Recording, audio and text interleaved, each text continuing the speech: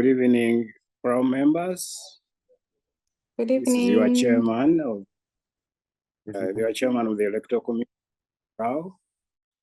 We are, as Tina has said, I'm excited that we have arrived at this point where we have the debate. It was a little bit unfortunate that we are only, the competition is only for one post, but that also shows the trust of members into those who are ultimately unopposed. So wish them the best. I'd like to thank the Governing Council led by Tina Wamala, our president, and also the incoming team led by Irene Nakasita, and also Roland, our in charge of the secretariat. The EC, which comprises Sarah Kajingo, Joe Collins, Semanda, Paul Kenya, and myself, we are really grateful that we are interested in this role. And this season, we have had very good campaigns, very mature, very professional, and that's the way to go. So I hope even this arrangement will go through smoothly.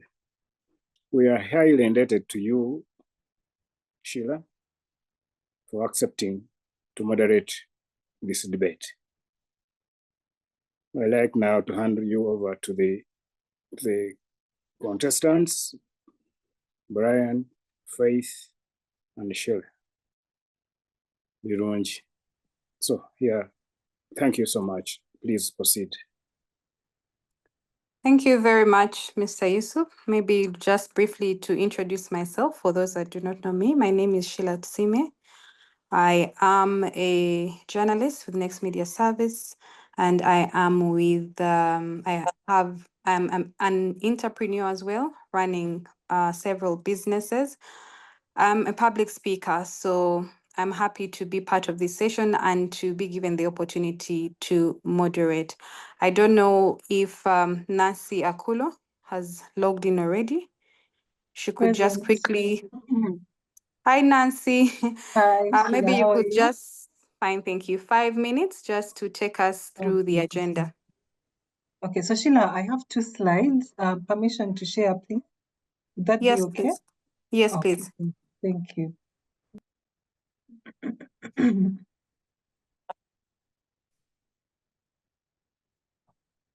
Okay, I hope, just a second. Okay, I hope, sorry.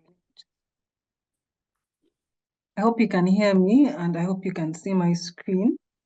Good evening, ladies and gentlemen. President of PRAU, Miss Tina Wamala, President-elect Miss Irene Nakasita, Chairman of the EC, Mr. Juma Walusimbi, fellow communicators, ladies and gentlemen.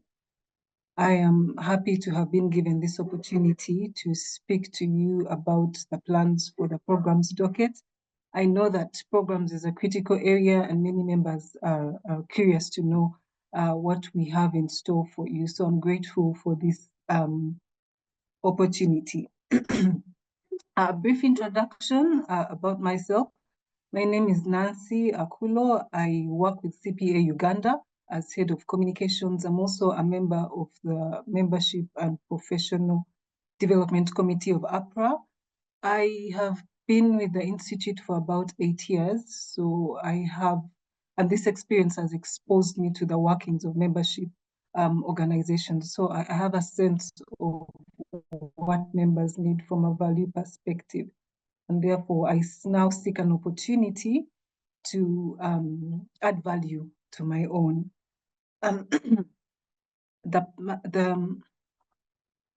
Okay, sorry. So this plan is split into 2 because we know that our audiences have diverse needs, students and and individual members are at different levels of their career development, and sometimes they have diverse interests. So the plan takes into account that.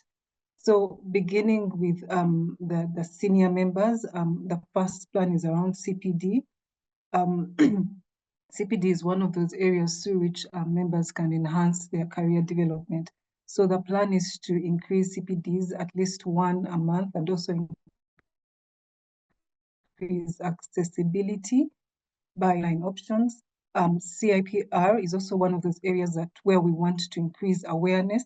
PRAU is on a professionalism journey, and one of the tenets of a profession is a specialized professional education, and for PR practitioners, CIPR is that course for us.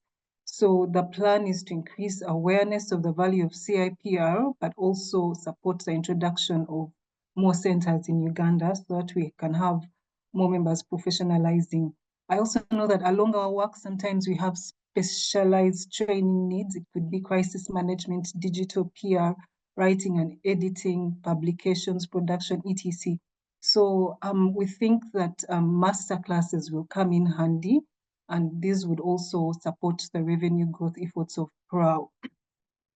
We also need, we're also looking at working around an e-resource center, but also the governing councils have worked very hard to introduce programs like PRAU Night, the annual symposium. So the plan is also to sustain these. Regarding career, the plan is to increase the visibility of PRAU members amongst our colleagues in HR. And therefore, I think that MOUs with HR associations and employers organizations will come in handy. Regarding collaborations, the media is a key stakeholder for us as PR practitioners. I think we need to have more dialogues with them. But also I know organizations like ACME organize annual journalism awards. I think that's a space where PRAU needs to take part in order for us to increase our engagements with media practitioners. I would also like to maintain existing MOUs. I know we have an MOU with the Uganda Advertising Association, Uganda Marketers Association, be handy for us. Regarding recognition, PR practitioners, you work really hard to support the growth of organizations. I think we need some more categories in the PRAU Excellence Awards. And then for opportunities, I'd like to support the revival of committees to give members opportunities to serve. But also I mentioned earlier that I support the membership committee of APRA. I believe their leadership and other opportunities at a continental level that we would benefit from.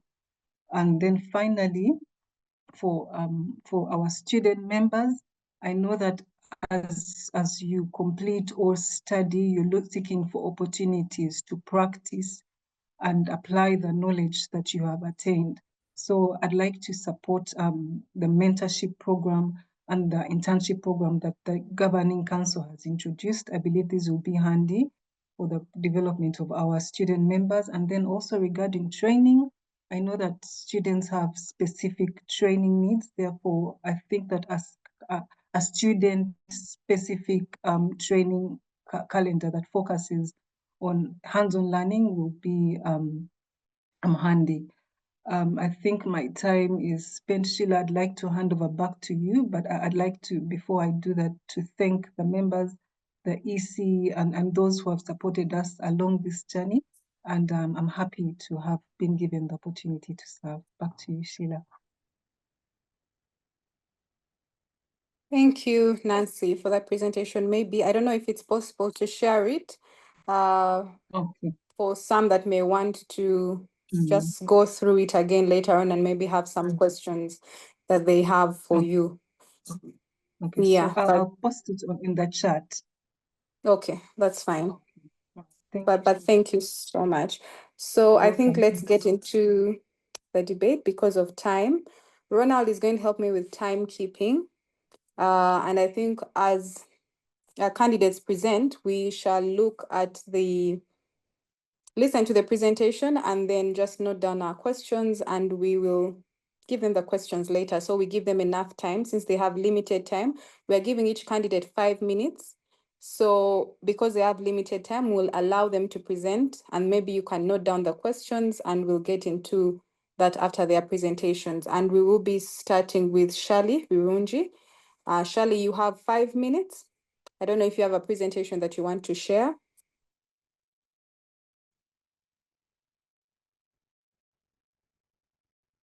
Shali? Thank you, Sheila, and good evening, ladies and gentlemen. Good I evening, hope Shali. I'm audible enough, sorry. I can be heard. Yes, I can hear you at least. I'll speak for me. Okay, thank you. So just give me a few minutes, I'll be able to upload or share my screen so that I can be able to take us through. Okay.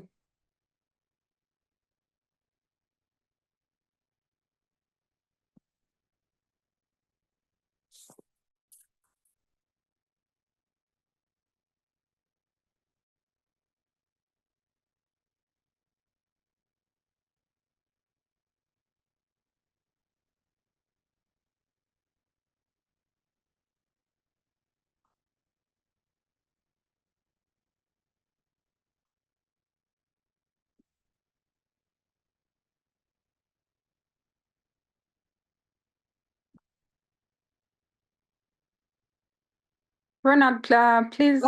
Sheila, maybe in the interest of time, sorry to cut you short. Yes. The next presenter can go ahead so that I can be able to pull up my presentation. Because as per the agenda, I was coming last. That's why. Oh, okay. I have something different here. That's why I started with you. But I don't know if Brian is ready. Emerald, Brian, are you there? Yes, I am. I mean, I'm just going to go through. I may not be able to present it, but I'll just go through. Okay, For instance, you hear me? yes, Brian. Great. Yes, for introductions, once again, my name is Brian Emory, peer practitioner and also a former journalist with a combined experience of close to 14 years of both journalism and public relations. Yes, I've worked alongside the Capital One Group, where I served as a PR manager as well. Then also did PR support at the Uganda Tourism Board, some as Ministry of Tourism, among other organizations. Yeah, as here for the candidacy for the position of Director of PR, yeah, I request for your vote as well. Yeah, so that I will shape the image of PRAU. It's been a little bit silent on the speech, and we look forward to amplifying its voice and tone before the general public. Part of my vision is that enhance approach a public image, amplify its impact, and also position it as a leading voice for public relations professionals in Uganda. And that will be done through strengthening stronger engagement, strategic communication, and innovation PR initiatives. Yeah, part of my mission is also to drive more visibility, influence, and professional excellence for PRAU through public relations strategies, digital transformation, and meaningful stakeholder engagement. Then also, part of my key pillars will include developing a PR strategy to enhance PRAU's reputation, increase its presence in the mainstream and digital media, and also position it as a go-to institution for expert opinions on public relations, corporate communications, and reputation management. For social media and having done a background check on the platforms, yeah, I look forward to growing them more. Yeah, make them more interactive, informative, and engaging through regular content series, feature industry insights, member highlights, and of course, your best practices. It also leverage video content. Brian, let me just cut you short a bit. Would like to see you, so I don't know if it's possible for you to put your camera on. Thank you.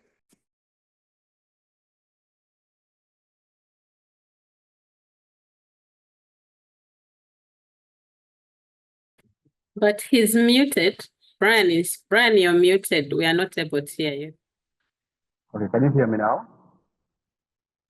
Yes. Hello. Okay, great.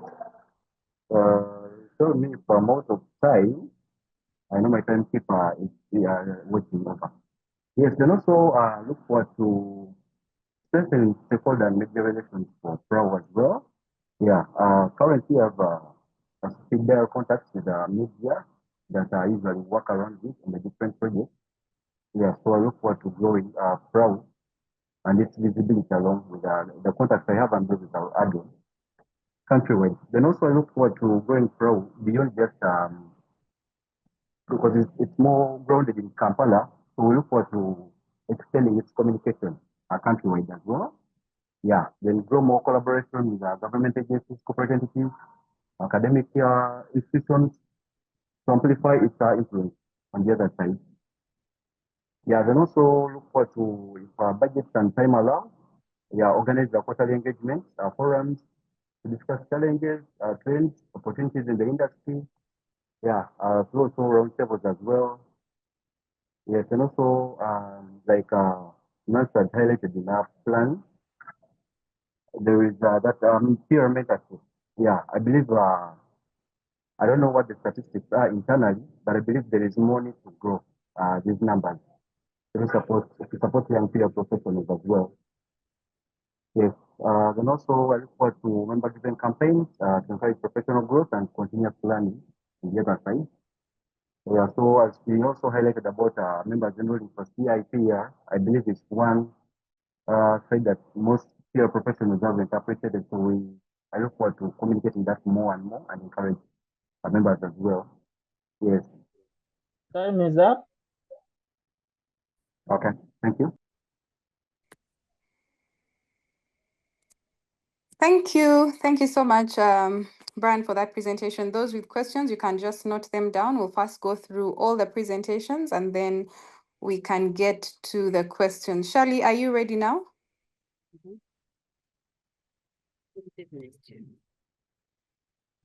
Yes, I'm ready. Let me try to see if I can project. Okay. What I have has lactose, not at all, but you can share with me if you have. First, Irene, please mute.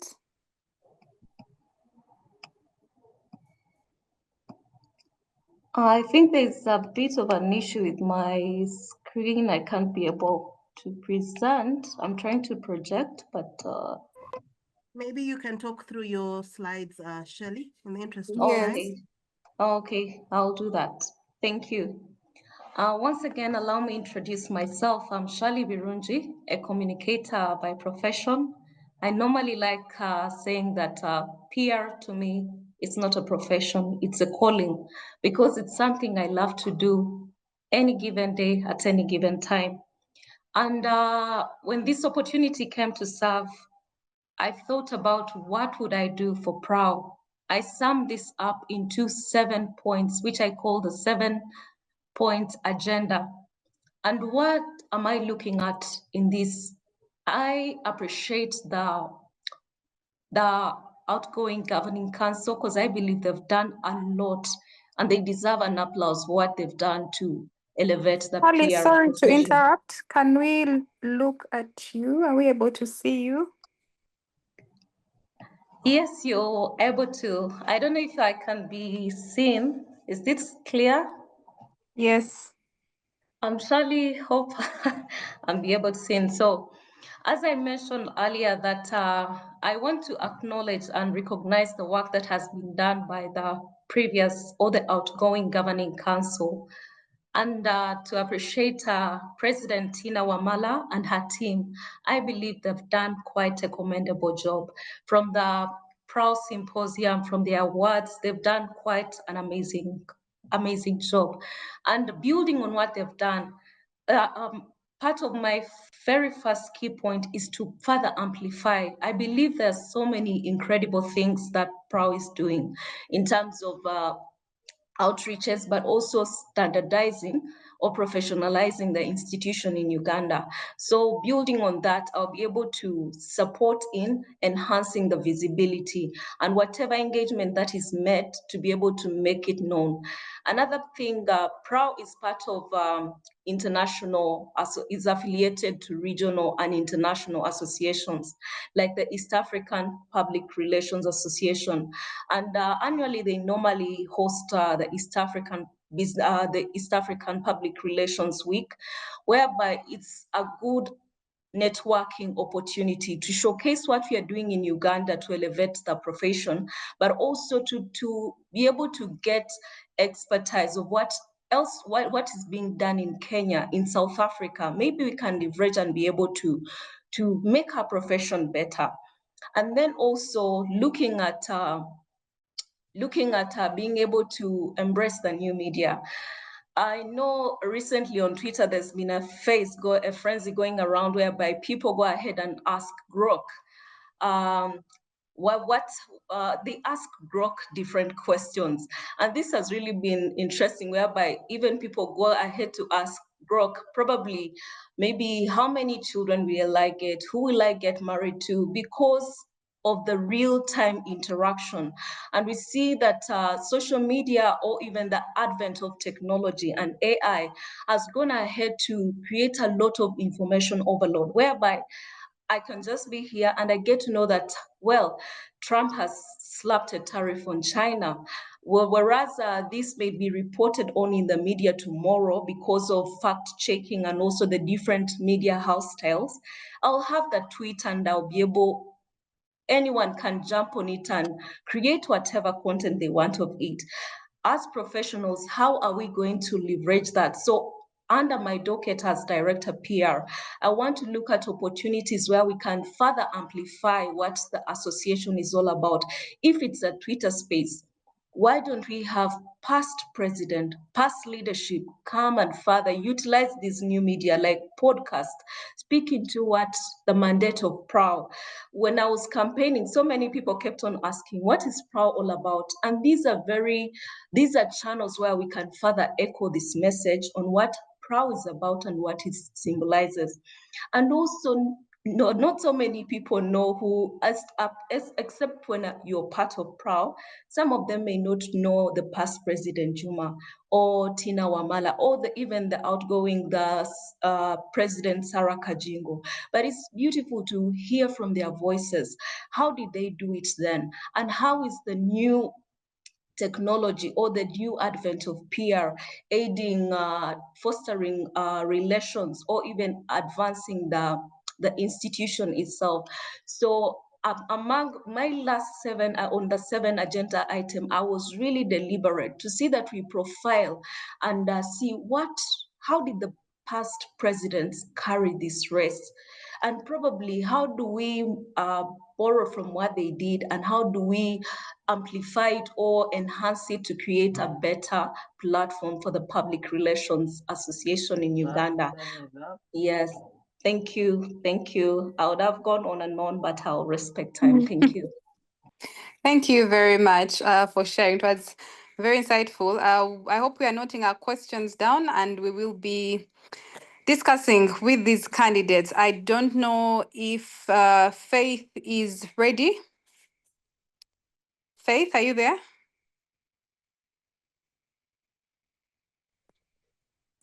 Yes, I am. Good evening. Good evening, Faith. Do you have slides that you want to share? No, I don't have a presentation. I'm just going to go through it and speak off the cuff.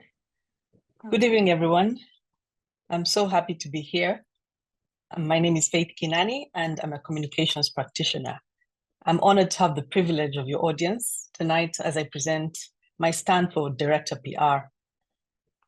As PRAU Director for PR, I really have the commitment to uplift our public image and to further the good work that those that have gone before us have done, and indeed foster stronger relationships with our publics. And definitely, most of all, ensure our voice and presence is heard and effectively felt, because that's the only way we can increase membership. And I believe a PR strategy built on transparency, authenticity, and strategic communication is the best way to reach out to the publics that we intend to work with in different ways, at whatever level and in whatever sector that we are reaching out to, whether it's the students, whether it's corporate area, government. So that is something that I'd really like to work on and see that it gets the leverage that it deserves in terms of who we are as an association. And I'd also like to see PRAU have the clout as an association whose membership denotes practitioners that do it right ethically and with distinction, because that's another way that we'll have members joining, because right now our numbers are not as many as we ought to have. We can see from when it comes to events, when it comes to the symposia, when it comes to different activities that PRAU so steadfastly and diligently brings up, you will find that membership and attendance is really low. So this I will do by increasing stakeholder engagement to improve membership interest, promote events that encourage creativity, fun, of course, and active participation, if we're looking at, growing numbers. And of course, creating engaging, consistent content for our social media channels to drive our agenda, because we can reach as many people as we need to at the same time, most of the time, if we're utilizing all the different platforms that are at our disposal. I'd also develop even more interaction with stakeholders on our website and redirect all and more information and engagement to the website as well, because a lot of people would want to know what we're doing and how we're doing it, and to have a more dynamic website that can enable that interaction. And looking at my core principles, I'd start with transparency and honesty, always being open and honest in our communications, because this would build trust with our members, prospective members as well, and also the public. And community engagement. If we actively engage with our members and the wider community, fostering dialogue and looking at students and not only students in PR currently, but even those who from high school would probably venture into the profession at some point. And of course, strategic communication, develop and implement a communication plan that aligns with the association's goals and objectives. And these are areas that really are going to be built up on, because a lot of this has already been done. It's a matter of driving the agenda and continuing with what a strong foundation has been built already. Another area would be a positive reputation, so that PRAU would maintain a reputation that emphasizes the values and the contributions the association stands for. I usually like to think of us as a profession that, if anyone looks at the association we belong to, whether you're looking for a job, whether you are called to speak at an event, because you are associated with PRAU, you'd gain that trust and authenticity that a lot of people are looking for in people they want to look up to. Another area I'd definitely drive is a data-driven approach in terms of our information. We need to use data and analytics to measure the effectiveness of our efforts and all the enhanced informed decisions that we need to make. Who are we going to talk to about what we're doing, and how many interested people do we have in terms of what we're doing? So key goals under here would basically strongly look at enhancing those community relations and developing a strong online presence, as I've said, crisis communication, because being a collection of people that are from so many different. Ronald, you're doing an amazing job with the timekeeping. Well done. So for our candidates, I will later on give you an opportunity to ask one question to your fellow candidates based on their presentation that they just made. And now I'd like to open up the floor. I'm sure we've all been listening to what our different candidates have to offer in regard to what they will do when they get into office, if they get into office. So I'd like to open up the floor for the questions to our candidates, Faith, Brian, and Shirley. I don't know who wants to start. Any questions for our candidates? Yes, I'll kick off just to maybe ignite a sort of debate amongst our audience. Thank you very much, Yeah. Sheila, for moderating. Thank you to our applicants as well for really interesting and insightful presentations. So my question is on engagement, and it's a good thing that you all alluded to the online presence of PRAU. You alluded to the fact that there needs to be a multi-channel approach in terms of PRAU's visibility and raising awareness generally for PRAU and the image of PRAU. Now, something that has disturbed me as outgoing president is we are an umbrella body of communication specialists. However, when you look at our social media posts, and this is no fault of PR directors or past PR directors, our engagement levels are really low. Even within our own membership, for example, people don't repost our posts, they don't comment, they don't like, they don't do anything. It's pretty much just a post that is flat, for lack of a better word, that people don't engage with. So my question to the candidates is, what is your strategy to increase or raise the engagement level of PRAU online? Thank you. I think we'll start with Faith. Faith, the floor is yours. Okay, thank you, Tina, for that question. And indeed, it is very eye-opening because, to my mind, unless we get the publics or our members engaged first physically with all the other activities that we carry out, and actually have real-time deep engagements on all activities, I don't think it would transfer to the online engagement either. So I think first we need to get the members in a space where you call for a meeting, they come, you have a PRAU night, they come.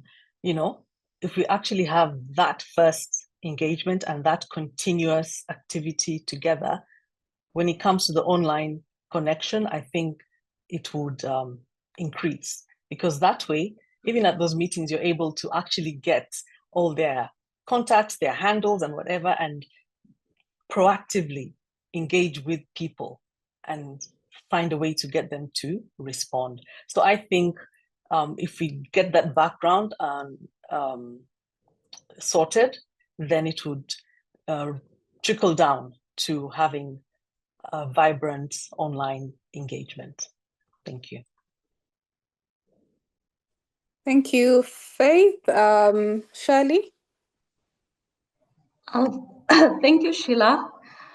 I believe from the submission I gave earlier, to be able to get so many people or people take part, first find out what people love.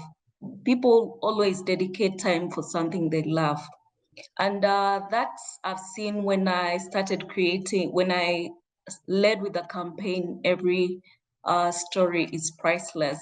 You can't imagine the number of followers I've gained on my LinkedIn and also on my Twitter channel. Why? Because it's key to run with people's emotives. What do people want? What do people want to hear? What I see on LinkedIn may not be the same appealing message on Instagram or on TikTok. So meaning first understanding your audience. Who are you working with and what messaging would they want to do? What sort of activities would they want to take part in? That's why if they say lead and I'll follow. So when you show people that this is the direction we are taking and you make it inclusive, not just because I want to such and such a hashtag to trend, that's what we are going with. No, make people feel inclusive. Is this message going to the right audience?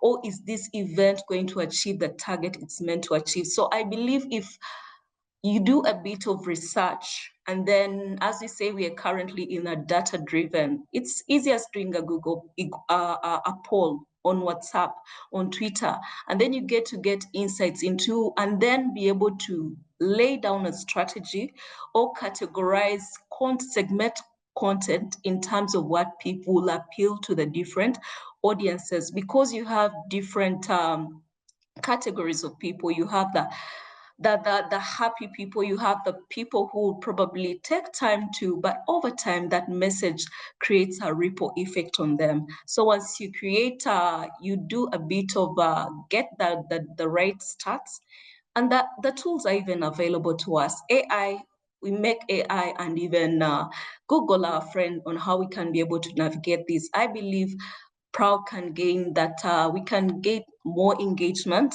we can get people to attend as long as we create not only content, but also communicate on channels that target the specific audiences. Thank you. Thank you, Shali, for that presentation. Tina, you'll allow me give my submission later. Let's first listen to Brian, my 2 cents about your particular question, but we'll first hear from Brian. Thank you. All right, thanks, Sheila. And now, one of the things I've cited in the corporate space, I don't know whether people are just busy or what. You may find people in an institution, but not all of them are active online. So it's one of the things we need to first benchmarking when I get to office. Yeah, know who is online and who is not, and how do we engage that person? Or how do we engage those people? Call them back online, make them more active. Yeah, then also, from the other perspective, I don't know how many members we have as of now, active ones, because I know majority of people, their membership could have expired and they haven't gotten back. Yeah, so we need to look into that and how do we engage those people back for PRAU? Probably they could be also lagging back because maybe they didn't actively see the benefit of being around PRAU, or it's one thing I'll need to look into through our research. And then also sometimes you get to notice that the content you post, it might not be of interest to people. So we need to work around the comprehensive content strategy that, of course, yeah, will try to anchor into some of the people's needs, but also with a research on what their interests could be. You can't just pick up and start posting things. That's why the engagement is a little bit low, I think. Yeah, so it's one thing I'll need to dive deep in and see what the audience is like, what are people interested in. Currently, people are interested more, one of the things I've cited, they're interested more in like data communication. What is this report saying about this? What is this saying about this? They're interested in insight, like informative and engaging content. Yeah. And also we are in an era where webinars, I believe that's also another area to talk into and actively engage and bring back some of these members that are completely got detached away from PRAU. Yes. And also video content as well, podcasts. Yeah, they drive engagement because from those I've always followed and those I've always seen on different platforms, you see the numbers are really growing. Thank you. Thank you, Brian. Interesting discussion. Tina, maybe I can just give my 2 cents about this based on my experience from my organization. I don't know if we've all noticed that when Next Media is launching a campaign, whether people want to hear it or know about it, they're forced to know and hear about it because it will be in their faces. So I think for PRAU, it's to be intentional from the leadership, to be intentional about the use of social media and getting everyone on board to try and get these people that are leading in the industry in terms of social media. How do we engage with them? How do they do what they do to get the numbers, to get people engaged? But also going back to my organization again, rewarding probably monthly, quarterly, those that have done well on social media, launching out these small different campaigns. But as you launch them, who do you get on board? They may not be in a member of PRAU, but they are communicators in their own way. Can we get them on board to drive traffic to whatever campaign we are launching? It will excite members because then they are interacting with these people, and eventually everyone is on board, because social media to some is a chore. The fact that I have to tweet, I have to go on Instagram, I have to, and yet it should really be flawless. It should come from the heart, because we want people to know what we are doing, what PRAU stands for, the milestones we make. So it's being intentional and looking out for people that are doing this and doing it well, and just having these conversations with them. So yeah, that's my 2 cents about it. Tina, I hope it helps in one way or another. So do we have any other questions? Questions for our candidates? Tina, open the floor. Anyone else? Yes, Good evening, Sheila. Thank you so Denise, much. Can start with Denise, maybe. Denise first. Okay, Thank you. Denise. Thank you so much. Good evening, everyone. My name is Denise Namale, and I've been privileged to be a mentee in the previous cohorts for PRAU. So I'm curious, I would like to ask the 3 candidates to give us just one example each of a crisis that they have handled in their departments at the companies where they work or where they previously worked, and how they managed that crisis. Thank you. Okay, we'll start with Brian this time.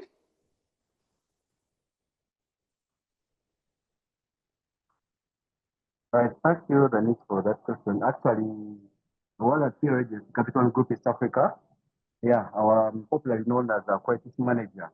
Yeah, and some of the biggest questions we've handled there, one was about the Ipsos. Yeah, there is a ranking they did about Bukende TV, calling it number 1, and yet there was a lot of TVs that were doing well. So that brought about a lot of issues and concerns between stakeholders. And to that figured stuff around Ipsos. Actually, I remember camping there together with one of my colleagues, called Ivan Okene, yeah, who was handling by that time we took over their social media, so that we try to bring confidence back to the stakeholders. Yeah, so I did a stakeholder engagement called the members. We hosted a podcast. Yeah, so that we take the institution takes them through how they came up with the methodologies and the research and everything like that. So that's how we managed to pull it off. To example, like in a period of a week, the pressure had already started to decline. Then the other crisis that I handled was around the Equity Bank, the 65 billion fraud. Yeah, that's the time when the account had just come onto the agent. Yeah, because I remember that first 1 month, it was really intense. Yeah, trying to cool off the negative publicity, engage journalists, engage influencers. Remember, we onboarded the bloggers as well. We onboarded the influencers, try to bring them close. Yeah, and tell them the right things we need to communicate out there in because of that crisis. Yeah, then also, yeah, we started to give them like weekly content in what they have to run about the brand, try to cement the positivity around the brand, because internally the brand was also trying to set it as well, especially between from the customers. Yeah, some felt the money is unsecure. Yeah, so we took leverage of the digital tools as well to check for online listening. What are people talking about the brand? Like I would do and submit a report every day. Every morning, a report has to be created. What are people talking about the brand in the past 24 hours? Then a weekly report of what people still have been talking about the brand in both online and offline media. Yes, then we ensure we build more relations, especially with the media stakeholders, being that are the comprised majority of people when you're trying to clear an image that you have to work around with. So there is no reason not work around with them. We make sure we come on board. Yeah, that said, there was also that social stress incident. Yeah, that one, it happened like night before. Then in the morning, you wake up and the news was all over. So we try to manage still, come up with a holding statement as well, together with the team at the bank. Yeah, then also try to engage journalists here and there to see how to pull off that bad reputation and just run positive stories. And luckily enough, that time we had one of the initiatives called the Equity Leaders Program.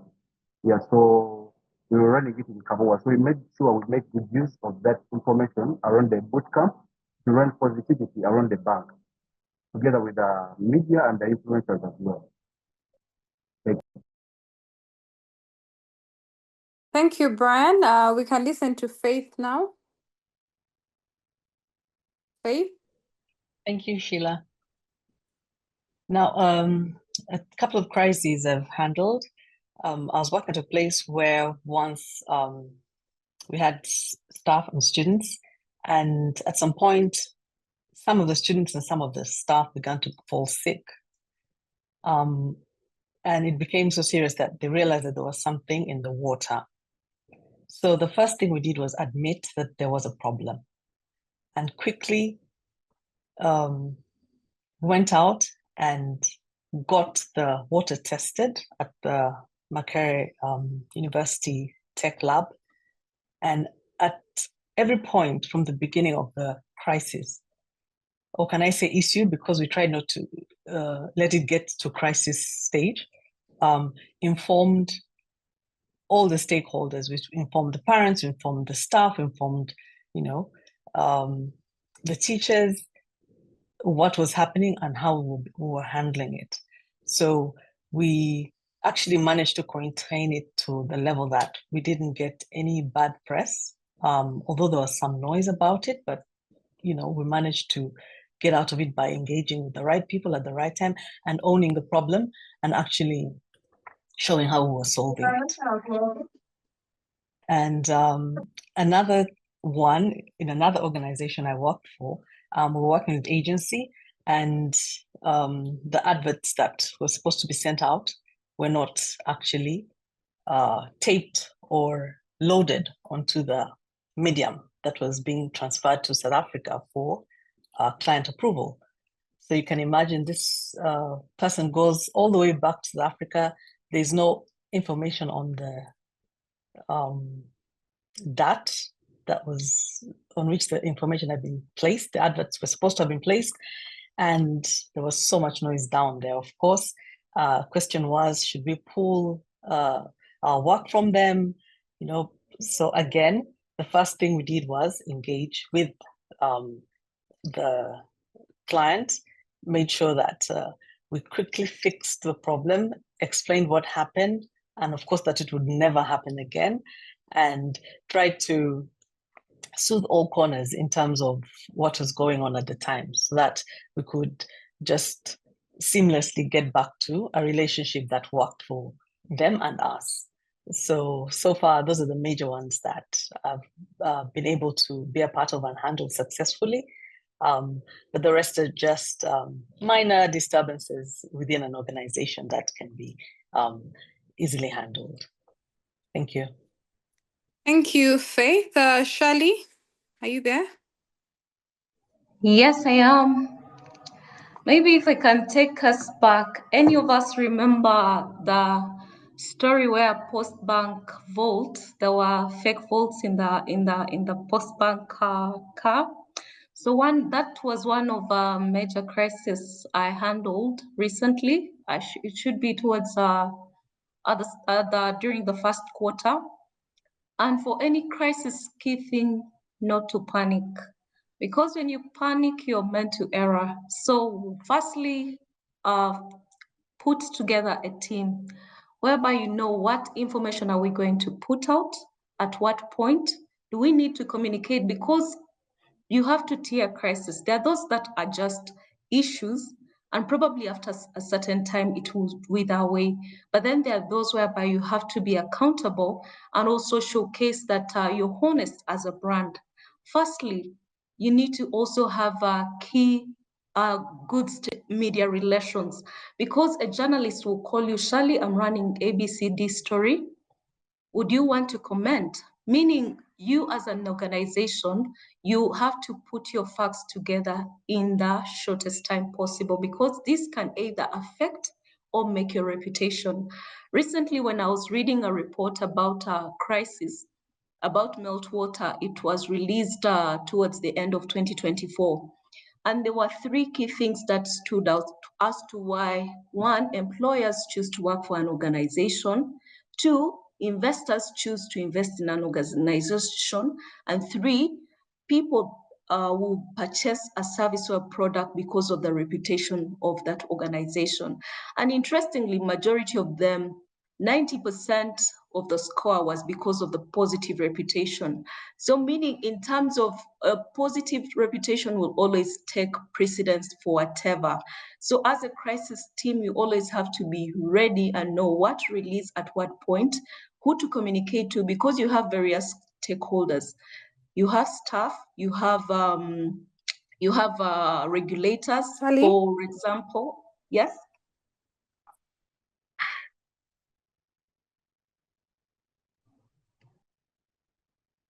Sorry, am I audible? We had lost you a bit, Shirley. Are you back? Can you hear me now? Kindly confirm if you can hear me. Yes, we can hear you now. Okay, thank you. So I've mentioned one of the, being that the nature of industry we work with, currently work with Postbank Uganda as a communications manager.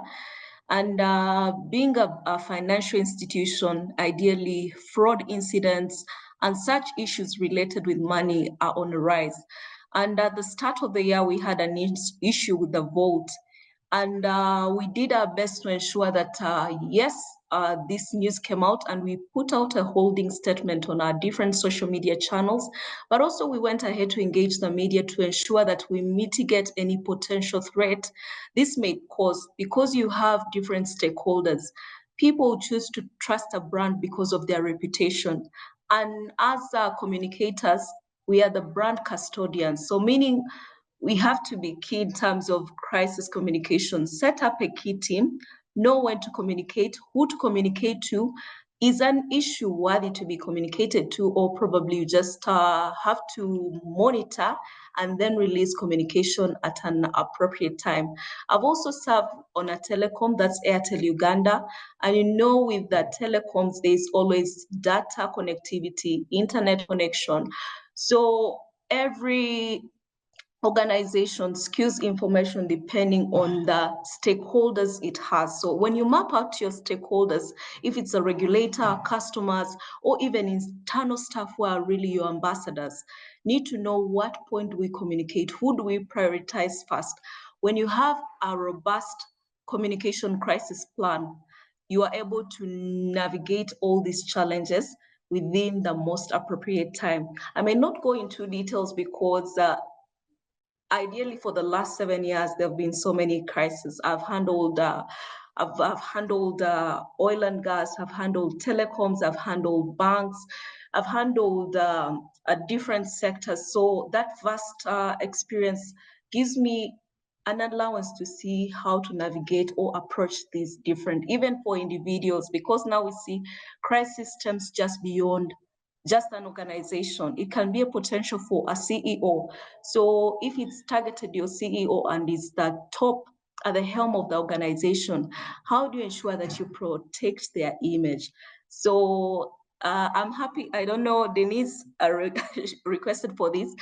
Yes, there's a plan we work with, and if you want to engage I'm happy to share the information or whatever I've learned over the years. Yes, I'm not, yeah, thank you. Thank you, Shirley. To the candidates, let's try and be as brief as possible because of time. So now I saw Helen has a question, and then we'll listen to Tadeo. I think she also has a question. So we'll take 2 questions because of time, and then the candidates can go through those 2 questions. Helen?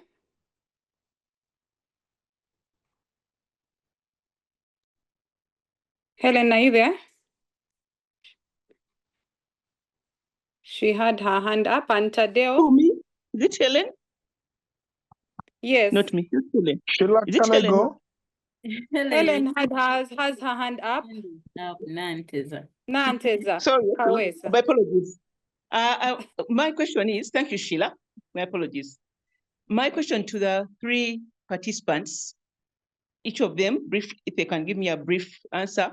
We are actually in the process of professionalizing PR in Uganda so that we can be a professionally recognized, like the legal society, like engineering and architecture society. What, as PRAU directors, what do they think their role will be in professionalizing public relations practice in Uganda? I thank you. Okay, I think we'll have Tadeo as well. So we do 2 questions. Tadeo has. Thank you, Sheila. I hope you can hear me. Yes, okay. Yes. Oh, thank you so much, Sheila, and congratulations to our great candidates. I must say it's a great show. Thank you guys for showing up and ready to serve. But I also want to be on their side. I think the time is not enough for them to have really deliberated. But I have only just a few questions, maybe 2, and to all of them. One is each one of them can be able to identify 3 things in terms of the image of PRAU today. What is the current status? What's our status? What is our pain as far as PR is concerned? As a professional body, what is it that really 3 things? Number 2 is from the presentations, I have listened through, and a lot is about building from the current council, which is very good. But I would like to know what is new. What are they bringing on board? What are 3 unique things that they are bringing on board? Thank you so much, Sheila. Thank you, Tadeo. A reminder to the candidates, because of time, please let us be as brief as possible as we answer these questions, because there are other questions as well. We'll start with Brian.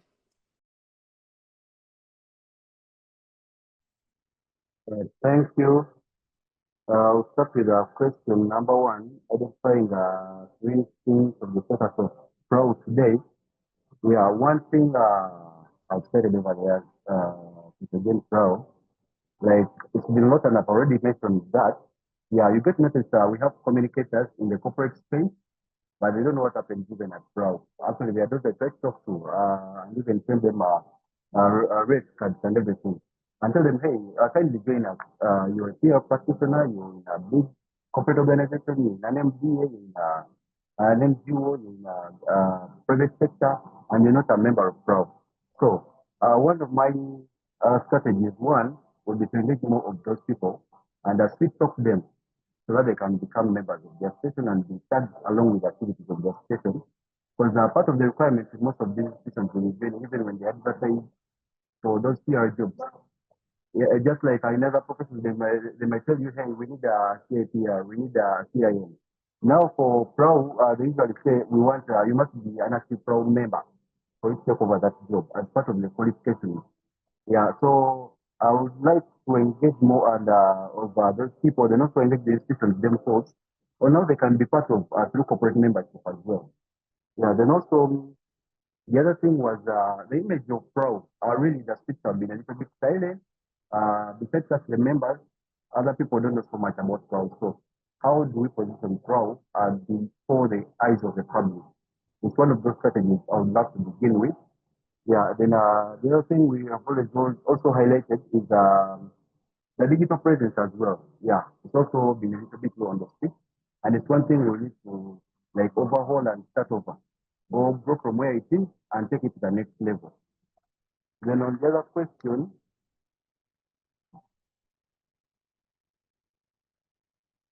yeah, I think I've answered 2 questions that ago. Apologies for that. I don't know if we can take it up from there. Yeah.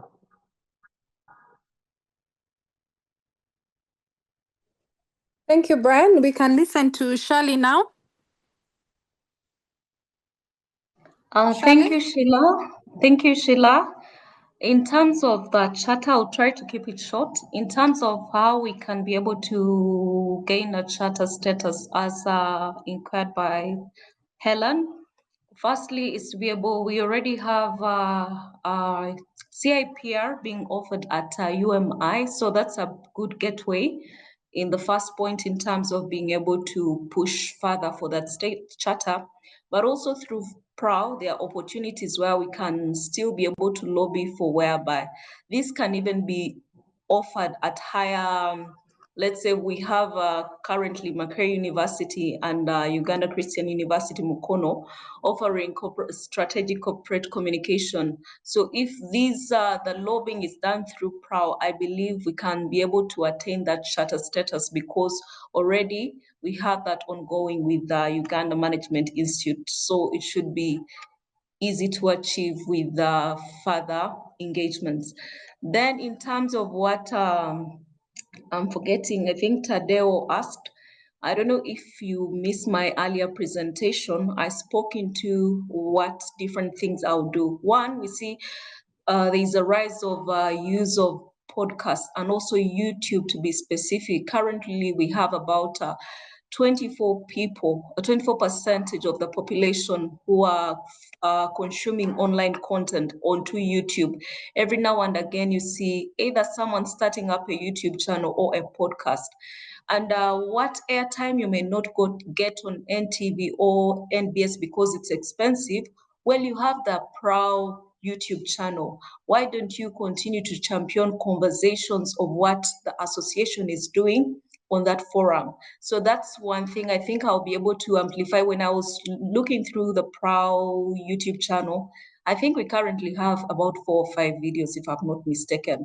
And when you see our sisters in Kenya and South Africa, which is APRA, they have over 20 videos. Whatever engagement they have, they always post. So meaning that will be an opportunity for us to start a periodic podcast so that at least we further amplify. That's number one. Secondly, continue to amplify in both traditional and online media. I believe there is a lot of amazing things that are being done out there, and they need to be known in the media so that at least people get to know more about PRAU in these engagements. And also in terms of continuing to do like school outreaches, because I believe those are the future leaders. When we start, I, for one, have been privileged to be a guest lecturer at Makerere University and at Uganda Christian University Mukono last year. And it's quite interesting when you engage with such young people who are passionate about the profession, but probably when they get to a certain point, they don't know that the association exists. But I like the fact that the outgoing GC has done this. I believe this should be amplified more, but also publicized in public spaces to know that actually PRAU is behind these amazing initiatives. Thank you. Over to you, Sheila. Thank you, Shirley. Thank you for the presentation. We can now listen to Faith. All right, thank you, Sheila. First off, in terms of the professionalizing of the association, I've had the privilege to tutor CIPR for 2 years, and it's good that a lot more people are getting on board for that qualification. So I think it's very important to push for all practitioners to skill themselves in the relevant area, because the more you know and the more you can prove the return on investment for any organization to have a public relations practitioner in there, the more we'll be able to convince the legislators and policymakers that the profession is worth being professionalized to that level. So I'd also ensure that engagement with these said policymakers is key and very prominent in terms of them understanding and going further to lobby for the profession. So that's how I'd handle that. And in terms of what PRAU needs to improve, I think that was the question that came from the gentleman. Numbers need to grow.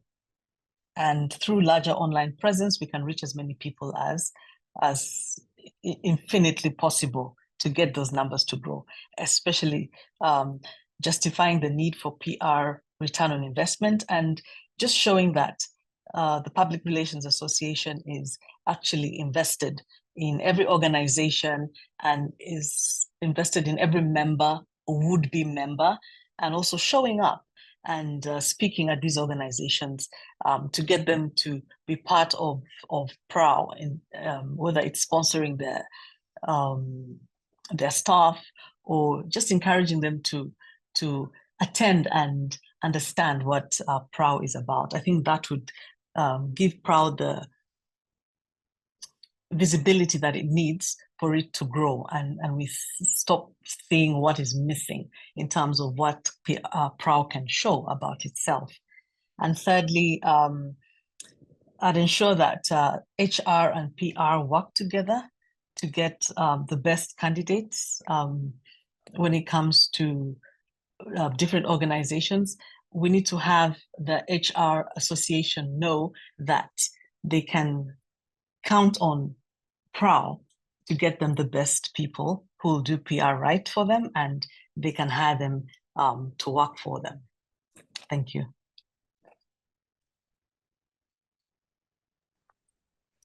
Thank you, Faith. So I think because of time, we'll take the last 3 questions at once. So we'll have Agnes, we'll have Cecilia, and we'll have Alicia, if I got it right. Yes. So we'll have those 3. We'll start with Agnes. Thank you very much, Sheila, and thank you very much to the nominees. My name is Agnes Nanchaba. I work as a humanitarian and development communication specialist currently with TPO Uganda. I'm curious to know what's very exciting about this role based on the response, and because it attracted the highest number of nominees. So it's really curious to hear from the nominees what's very exciting about this, but also because this role cannot be delivered in isolation, I want to hear their thoughts on how they intend to collaborate with other roles to ensure that we achieve shared goals as PRAU. Thank you. Okay, we'll take Cecilia. Okay. Good evening, everyone. I hope I'm audible. Am I? Yes, you are. Okay. Sorry, I joined late. I'm still on the road. But the question that I wanted to ask the 3 candidates, and I'm glad that they hinted on it, but I wasn't really satisfied. Oftentimes, because our biggest challenge is probably getting all the practitioners into one basket per se, which is the association.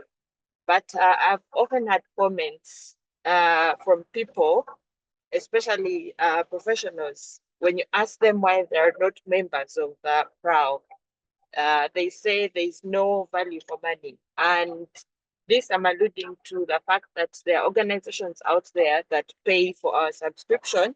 For instance, I am a senior communications officer at Child Fund International, and my organization actually purposed to pay for our professional, I mean sorry, I'm losing that one, but yes.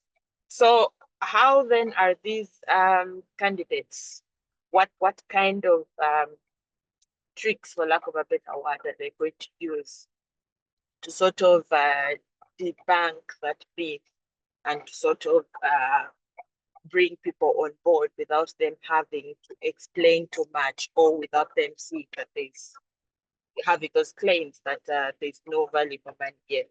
This is mostly coming from the organizations that they want to affiliate with association. Thank you.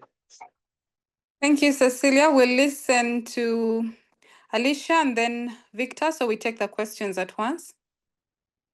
Okay, thank you. I hope everyone is doing well. Thank you to the candidates. Shirley hinted on something about partnerships, so I want to hear from her from this question, and also the other participants. How will partnerships elevate the PRAU status? We always see different companies and organizations partnering up, and we see how those partnerships have benefited them. So I want to know how these partnerships are going to benefit PRAU in particular. Thank you. Thank you, Alicia. Victor? Thank you for your consideration. My question to the candidates is about their stand on PRAU's engagement in the topical issues of the day, especially issues that touch on the reputation of the country. Do they see an opportunity there? And some people may call these controversial, but they affect the reputation of the country, and that obviously translates to organizations and to ourselves as practitioners. What they have to say about that, and possibly why. If no, why? If yes, why? Thank you. Thank you, Victor. So the last question will be from Mr. Yusuf, and then we'll let the candidates get us the answers.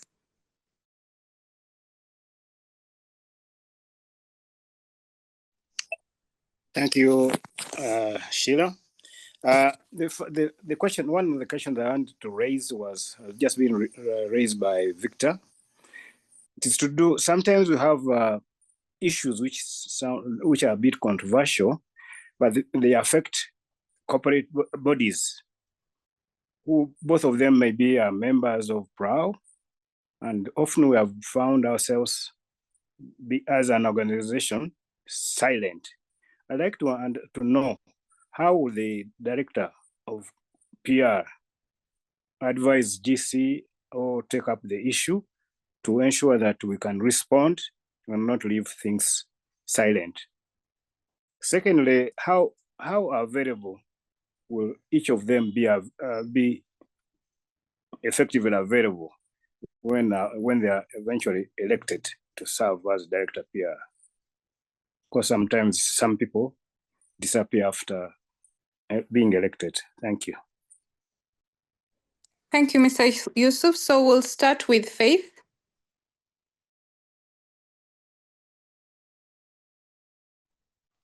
Faith, are you there? Sorry, Sheila. Yes, I'm here. I think the first question was why director PR? For me, apart from the fact that I volunteered to cover for that position last year when there was a need, I find that the PR director is in a position where they can almost have their influence, have their help, and have their contribution in all sections of the association. When it comes to writing or telling compelling stories, you will have to participate. When it comes to organizing events, you will have to participate. When it comes to getting people together for an activity, you will have to participate. So for me, I like the hands-on aspect of the PR director position. I hope that answers your question. And then the other one was about collaborations.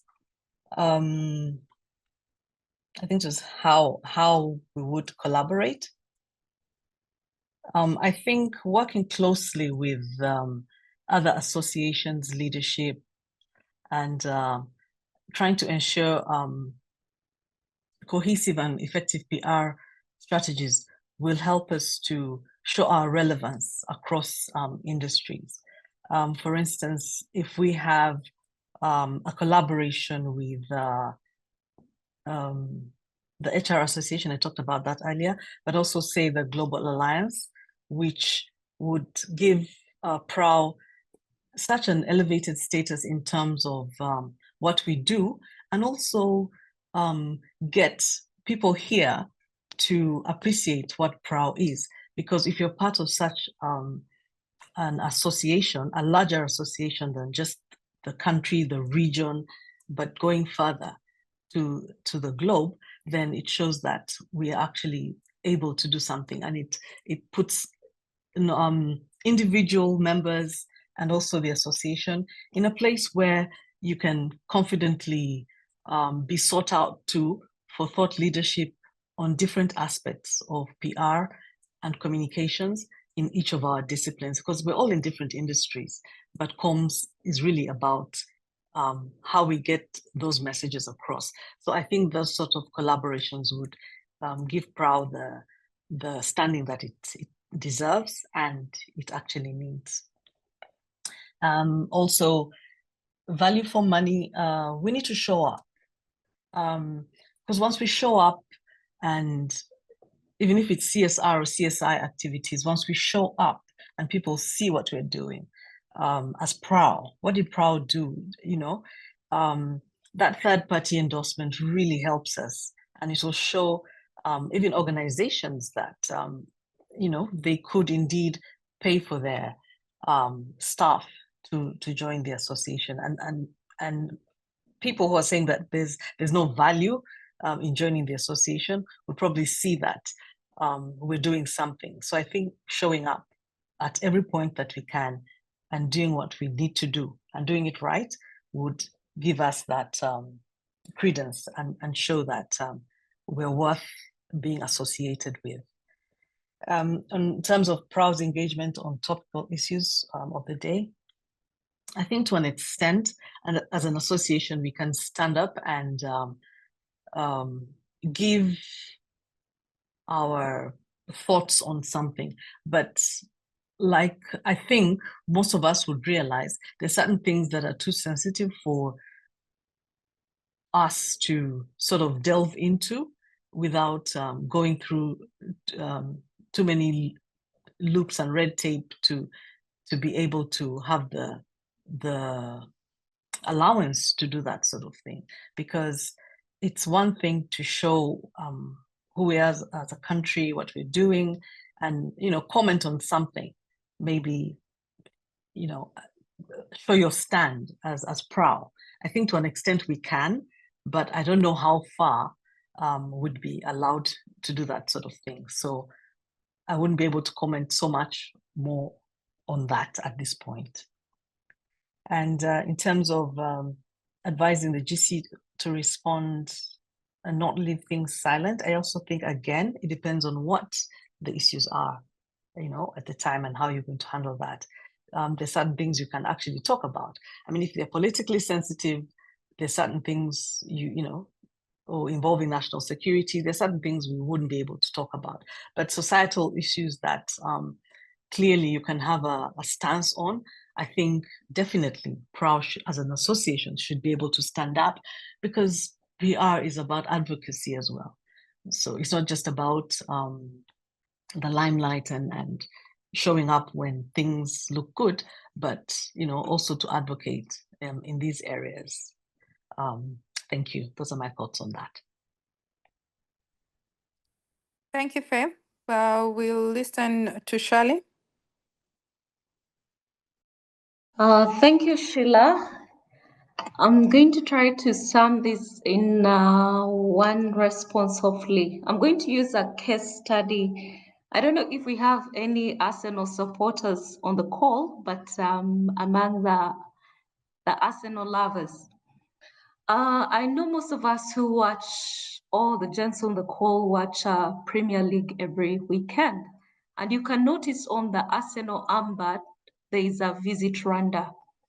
And when Alicia asked the question about the importance of partnerships, when Arsenal entered a collaboration with Rwanda, interestingly, it spanned off in 2018 up to date. But Rwanda has been able to generate revenue worth 36 euros. That's about 44 US dollars, which is quite a lot. And its tourism industry has been able to grow by 8%. It shows you the partnership, the power of collaboration. And when it comes to PRAU, if let's say, I know the existing collaboration with Uganda Advertising Association, with the Uganda Marketers Association, and every time, let's say, UAA is doing awards, they always have a PR element. But then we need to take this a step further.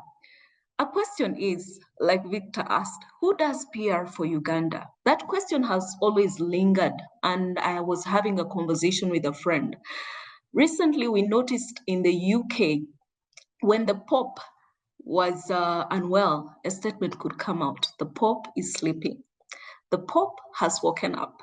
Just a one-liner. Imagine the power of that communication. And if a country, we had maybe a body, maybe PR will be done by PRAU for the country. And also it doesn't have to weigh in and in those conversations. That's why a podcast or a periodic podcast is very key. So if we have let's say Mr. Victor Karamaji, we have the current elect president, Irene Nakasita. Different voices give their different perspective on a topical issue. I don't think that would steer any negative, but then it will show that people, voices are rallying behind of what they would want to see, or probably what they would want, the narrative, because PR is all about telling story. What story do you want to tell about your country out there? It begins with us from the association level, then it will probably go to East African level because we normally have interactions where we meet on the East African peer, then elevate it on the African level. Going back to the example of Rwanda, who doesn't know Rwanda of late? Because they're like, why is this country on Arsenal's armband? So meaning as an association, those are our opportunities we need to look up to. Probably what partnership can we go into that aligns with our organization and who we stand for? When Helen mentioned about a charter status, why don't we take it a level higher and we start talks with even guys in the UK who offer CIPR and then say, how do we start offering this? Yes, we know it may be a bit expensive, because previously people used to go to Kenya, I think 5 years ago, to study PR, CIPR, and get that charter, but that accreditation and status. But I'm happy it's now being offered at UMI, whereby Ugandans don't have to go all the way to Kenya to study. But then how can we take it a notch higher? And we know that beyond just UMI, we have different, maybe even at PRAU, you have a team, whereby a team of people who have this discipline, and maybe if someone possesses ABCD qualifications, this person can be granted a charter status. Like in the UK, when you please the king, you become a sir or a mom. So why can't we even at a professional, at a PRAU level, be able to lobby for that? So that we know there are people who have really served over 20 years and they really have mastered the principle of public relations to the core. Why don't they gain that status? Or do we want, like Jose Chameleon says, Basimo Genze, we don't want to wait to simmer them when Bagenze. Let's simmer them when they are now, like the current EC Juma. I was so happy when he was among the people who are recognized, and what PRAU is doing to at least have that excellence bit of recognizing people who have stood the test of time. And even in my manifesto, I mentioned that I'll try to profile the past president. What does this mean? That if you have an organization that has stood over 20, that's already respect for an organization, meaning it has gone through challenges, but has been able to overcome this, and it's even growing further. And that's why I'm saying vote for Shirley, because it's not that we are going to change entirely, but we want to, how do we amplify and create that association, which will even outlive us after 100 years, and they'll say, wow, these people did a great job, and the association is still upholding its value on which it was founded. I submit. Thank you very much, Shirley. Very powerful. We now conclude with Brian. All right, thank you, Sheila. I'll begin by responding to Sheila on how we can make sure work with other organizations to ensure we bring people on board. One of the things I would say is we're in an area where people give business, people they know. So creating rapport is very important in this modern day and age that we live in and work in. So that way, try to engage the different various top leaders in the various organizations, straight from MDs to universities, to private sector, to NGOs, and to among other organizations as well. Yeah, so that we establish those there relationships. where I can even text at midnight, I can even text in the morning early, I can text at any time. Yeah, so it's very important to create a rapport around PRAU with these other stakeholders. I think it could be something that must have been missed a little bit. Then also responding to Alicia on the bit of partnerships. We understand partnerships are very important in this modern day and age, and they have really assisted different organizations to grow as well. And same way, I'll start by mapping Brian, the various video. Sorry? Video. Okay, you can see Brian, now. your video. Yeah, I've turned on. You can see me? Yes, please. Great. Yes, so I was saying I'll start by mapping out which organizations we bring on board. We have to be a little bit more strategic based on the need, priority, and also in alignment with our PRAU objectives, mission, vision, and strategic missions, among others. Yeah, then also I look forward to positioning of PRAU in the different sector events because there are various sectors where I feel we have communicators there, but now that some of them are coming back to PRAU, they don't actively engage PRAU. So it's one of the areas I would love to highlight in and see how we can bring that closer as well. Then also on the sense of PR and topical issues, yes, speaking from the perspective of a general view, there are issues we see and really feel like, hey, that could be a no-go area or it could be a go-to-go area. And but in that regard, of course, we sit down and discuss internally and see where to actively support. Like recently, we had the counter election. Also, we beaten we all first start, but we felt the general body. I think so many of them are broken down. I don't know whether they're just divided. Not so many of them could come out except the editors guild. Yeah, so we could literally had Uja, we are one of the current MPs, but I think as was president some years ago. Yeah, before he stepped up for the parliamentary seat. Yeah, so in that regard, I would advise I will work closely with some of these other institutions, organizations, like the Uganda organizations. There was the Uganda Online Association. There are so many of these associations that bring closer PRAU. And through bringing them closer PRAU, of course, we take in some of those members into the association as well, because some of these associations are not all that serious. Yes, they are there, but their strategy and direction and everything is not really on track. So I'll look for us forward to work together with them and see how we can all understand some of these issues. I know the specifics of some of these issues, whereby we don't have also to land PRAU into issues with state. Yeah, but it's all about working closely and dialogue and see how PRAU can come in and assist. How PRAU can do what. So through that, that will be aligned as well, and PR strategy of how we can go around with the other stakeholders as well. Then talking about, there was a question from Juma, how will the leader advise the youth to understand, respond to issues? Yeah, all this comes into internal alignment. Yeah, once we agree on certain things and give them, ask them to go on, yes, of course, I can't restrict that. But of course, we have to discuss internally. Which issues are we handling? What do we need to handle? What do we need to tackle? Where, what? You get it? Yeah, then also talking about availability. Yeah, I believe I'll be available because I'm one person that doesn't let down people. Yeah, so for availability, whenever needed, I'll always be available and we close off, yeah, the agencies and the issues that need to handle. Sheila, I'm done. Thank you very much, Brian. Thank you to our candidates for sharing passionately. I'm sure we've all listened. Unfortunately, the time was really short for them to give us more on what they are going to do, but at least now we have an idea of what each of them stands for and their values and how they plan to improve or grow PRAU as an organization. So I will call Joseph now to give us the concluding remarks.